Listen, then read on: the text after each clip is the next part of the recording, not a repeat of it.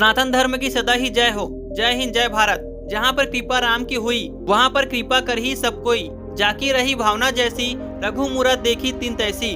रामायण की इन चौपाइयों से साफ पता चलता है कि जिस पर भगवान श्री राम की कृपा हो जाती है, उन पर सभी देवी देवता कृपा बरसाते हैं। लेकिन बहुत सारे लोग ऐसे भी हैं जो सनातन सत्यता को नहीं मानते, जो भगवान रामलला को सिर्फ और सिर्फ एक मूर्ति मानते हैं, उनकी प्राण प्रतिष्ठा को सिर्फ दिखावा मानते हैं। लानत है ऐसे लोगों पर जो साक्षात हो रहे चमत्कारों को जान नहीं सकते, समझ नहीं पा रहे हैं कि कुछ तो खास होगा जिसे देखकर पूरी दुनिया हैरान है। दिन प्रतिदिन अयोध्या धाम की भव्यता बढ़ती जा रही है और हर साल राम मंदिर में 12 उत्सव मनाए जाएंगे, जिसे देखकर पूरी दुनिया दंग रह जाएगी। 22 जनवरी से गिनती शुरू कीजिए आप। मार्च का 9वां हफ्ता चल रहा है, लेकिन राम भक्तों की लाइन दर्शन के लिए दिन प्रतिदिन बढ़ती जा रही है और राम मंदिर का चंदा बढ़ता ही जा रहा है। और अगले 100 दिनों तक यह राम लहर कितनी तेजी के साथ चलेगी, यह सब जानते हैं। अयोध्या रामलला के दर्शन करने के लिए कितने लोग पहुँचे और कितना चढ़ावा चढ़ा, इन दोनों बातों के रिकॉर्ड टूटते जा रहे हैं। क्या हुआ जब रात 1 से 30 बजे के बीच चोरों ने राम मंदिर में घुसने की कोशिश की, तो क्या वह अपने मकसद में कामयाब हो पाए? उस टाइम जो हुआ, उस बात का जिक्र सुनते ही हर किसी के रोंगटे खड़े हो जाते हैं। आप भी इस घटना को सुनोगे तो उसके बाद कुछ देर तक इसी बात को लेकर सोचते ही रह जाओगे कि यह सब कैसी लीला है। राजा रामलला के खजाने में नकदी के साथ साथ सोने चांदी भी जमकर बरस रहे हैं। करोड़ों का दान करने वालों में पटना स्थित महावीर मंदिर ने 10 करोड़ का दान दिया। इसके अलावा सोने का तीर और धनुष भी दान किया गया है। कथावाचक मुरारी बापू ने 11 करोड़ 30 लाख रुपए का दान दिया। गुजरात के हीरा व्यापारी गोविंद भाई डोलकिया ने 11 करोड़ का दान दिया। सूरत के कारोबारी मुकेश पटेल ने 11 करोड़ का स्वर्ण मुकुट भेंट किया, जिसमें 4 किलो सोना और हीरे मोती जड़े हैं। सूरत के हीरा कारोबारी दिलीप कुमार लाखी ने 101 किलो सोने का भेंट किया, जिसकी कीमत 68 करोड़ रुपए है। पहले आस्था स्पेशल ट्रेन जब राम भक्तों को लेकर अयोध्या पहुंची तो लोग स्टेशन पर ही नाचने लगे। भगवान श्री राम ने नॉर्थ साउथ सबको एक सूत्र में जोड़ दिया है। इस दुनिया में आज भी बहुत सारे लोग ऐसे हैं जो प्रभु श्री राम जी को एक काल्पनिक मानते हैं। ऐसे लोगों का जीवन ही बेकार है। जब चारों ओर अयोध्या धाम के दान खजाने की बात हो रही है, आए दिन समाचारों में अयोध्या को लेकर बात चल रही है। और जैसे ही फिलहाल अमिताभ बच्चन जी ने राम मंदिर में करोड़ों का सोने का हार राम जी को अर्पण किया, तो यह बात किसी नास्तिक के कानों में पड़ गई और इस बात का फायदा उस नास्तिक ने उठाया। 7 फरवरी की शाम को जैसे ही श्रद्धालुओं की भीड़ थोड़ी कम हुई, तो जैसे कि नियम है हर मंदिर में देवी देवताओं को पूजन विधि के साथ सुलाने की, वैसे ही रामलला को भी पूरे विधि विधान से पुजारी जी ने सुला दिया और आराम से बेफिक्र होकर सोने चले गए। उसके बाद कुछ ऐसा हुआ कि कोई भी ऐसा करने से पहले लाखों बार सोचेगा। राम भक्त अपनी जान दे देंगे, पर ऐसा कभी नहीं करेंगे। वह 2 अनजान लोग पता नहीं कौन थे, लोकल तो नहीं लग रहे थे और उनको अयोध्या में पहले भी कभी नहीं देखा गया था। शायद वह बाहर के थे। उन्होंने दिन के समय में ही पूरी नगरी में घूम फिर के देख लिया था कि वहाँ पर क्या हो रहा है। ऐसा करते हुए उन्हें 4 से 5 दिन लग गए। मौके की तलाश में पड़े उन युवाओं ने हर गली मंदिर की हरकत पर नजर रखी। इसी फिराक में थे कि उन्हें मौका हाथ लग जाए, और हुआ भी कुछ ऐसा ही। उनकी नजर में तो उन्हें मौका हाथ लग गया था। उन्हें नहीं पता था कि वह क्या करने जा रहे हैं और उसके बाद उनके साथ क्या होगा। 7 फरवरी रात को अंधेरेपन की बरस थी।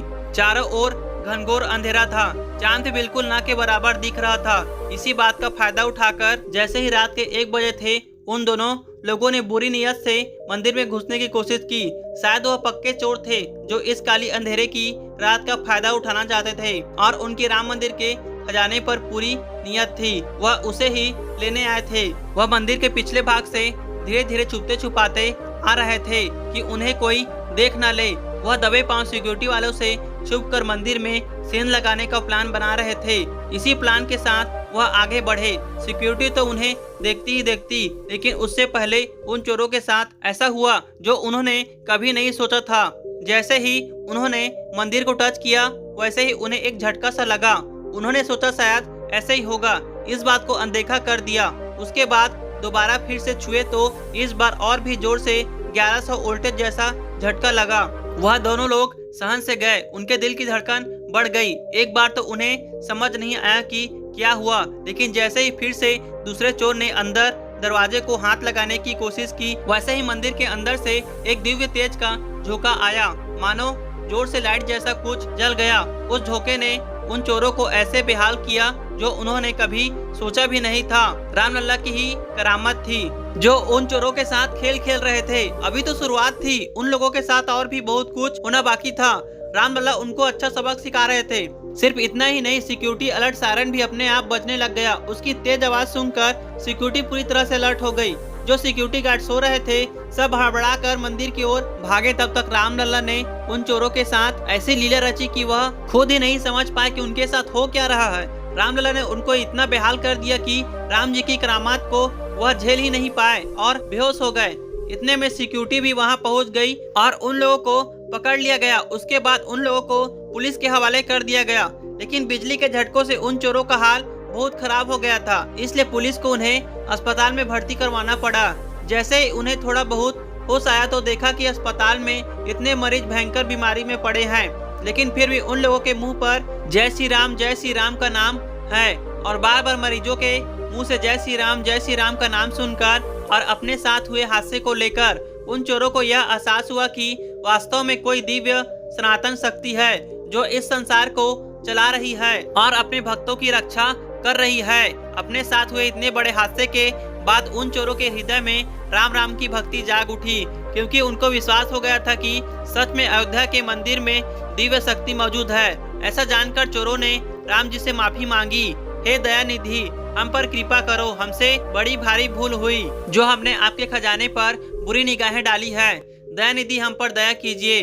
भगवान आज के बाद ऐसा कभी नहीं करेंगे।